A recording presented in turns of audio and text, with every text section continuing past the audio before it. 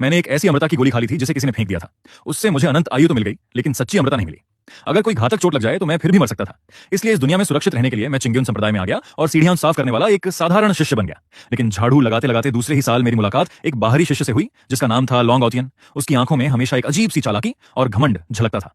वह अक्सर points, mission और दूसरी अजीब बातें बड़बड़ाता रहता था, मानो उसके पास कोई सिस्टम हो।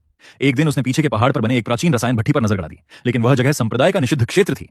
महान बुजुर्ग ने साफ आदेश दिया था कि जो भी वहां जाएगा उसकी मृत्यु निश्चित है। पर सिस्टम वाला लॉन्ग ऑथियन इन बातों से नहीं डरता था। मैंने देखा कि वह चुपके चुपके वहां पहुंचा और उसके हाथ में किसी स्कैनर जैसी जादुई वस्तु थी। तभी उसके सिस्टम की आवाज गूंजी, डिंग। प्राचीन दिव्य कलाकृति दानव दमन भट्टी का पता चला। पुनर्चक्रण मूल्य 100 मिलियन पॉइंट्स। यह सुनते ही लॉन्ग ऑथियन उत्साह से हाथ रगड़ने लगा। 100 मिलियन पॉइंट्स, इन्हें पाकर मैं सीधे 5 स्तर ऊपर पहुंच जाऊंगा और उन घमंडी आंतरिक शिष्यों को पैरों तले कुचल दूंगा। मैंने झाड़ू लगाना रोक दिया और मन ही मन आने वाले विस्फोट की शक्ति का अनुमान लगाने लगा। फिर मैं चुपचाप 30 झांक पीछे हट गया और एक बड़ी चट्टान के पीछे छिप गया। लेकिन कुछ सोचकर लगा कि यह भी पर्याप्त नहीं है, इसलिए मैंने अपने ऊपर एक शांत हृदय ताबीज चिपका लिया, जो न केवल आवाज को रोकता था बल्कि विस्फोट के झटकों से भी बचाता था। उसी समय लॉन्ग ऑथियन ने मुझे देख लिया। उसने घूरते हुए धमकी दी, अगर आज की बात किसी को बताई तो मैं तुझे भी रिसाइकिल कर दूंगा। मैंने तुरंत दोनों हाथ उठाकर कहा, वरिष्ठ भाई, मैं तो जन्म से ही आधा अंधा हूं। मैंने कुछ नहीं देखा, कुछ नहीं सुना। यह सुनकर उसने ठंडी फूंफकार भरी और मेरी ओर से ध्यान हटा लिया। फिर उसने दोनों हाथ भट्टी पर रखे और जोर से चिल्लाया, रिसाइकिल। धड़ाम, पूरा पर्वत कांप उठा। भट्टी भयानक गर्जना के साथ हिलने लगी। अगले ही पल स्याही जैसे काले धुएं का विशाल स्तंभ आसमान की ओर फूट पड़ा। लेकिन यह कोई लावारिस दिव्य कलाकृति नहीं थी।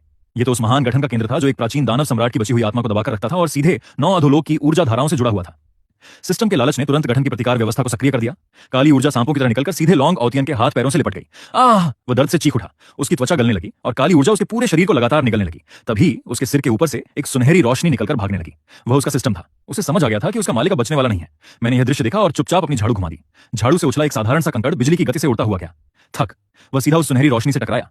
सिस्टम का रास्ता बदल गया और वह सीधे उपनती हुई दानवी ऊर्जा के बीच जा गिरा। पहली बार सिस्टम की आवाज ने सुनाई दी, वरिष्ठ, मुझे बचा लीजिए, मैं आपको अनगिनत खजाने, तकनीकें और अवसर दे सकता हूं। मैंने बिना किसी भाव के उसकी ओर देखा। अच्छा, सिस्टम को लगा कि उम्मीद बच गई है। वह जल्दी से बोला, हाँ बस मुझे बचा लीजिए। मैंने शांत स्वर में कहा, अगले जन्म में कोशिश करना कि किसी समझदार व्यक्ति को चुनो। क्या? अगले ही पल दानवी ऊर्जा ने उसे पूरी तरह निगल लिया। सिस्टम और लॉन्ग ऑथियन दोनों गायब हो गए। जहां वे खड़े थे वहां केवल उबलते हुए खून का एक छोटा सा तालाब बचा था। कुछ देर बाद महान बुजुर्ग घटनास्थल पर पहुंचे। दृश्य देखते ही उनका चेहरा हरा पड़ गया। उन्होंने पहले जमीन पर पड़े खून के तालाब को देखा, फिर दूर कांपते हुए खड़े मुझे देखा। मैंने डरने का अभिनय करते हुए उस खून की ओर इशारा किया और कहा, महान बुजुर्ग। यहाँ क्या हुआ? मैंने मासूम चेहरा बनाकर जवाब दिया, वरिष्ठ भाई कह रहे थे कि भट्टी बहुत गंदी हो गई है। महान बुजुर्ग की भौं फड़क गई। फिर मैंने गंभीरता से कहा, तो उन्होंने सोचा कि उसे साफ कर देना चाहिए।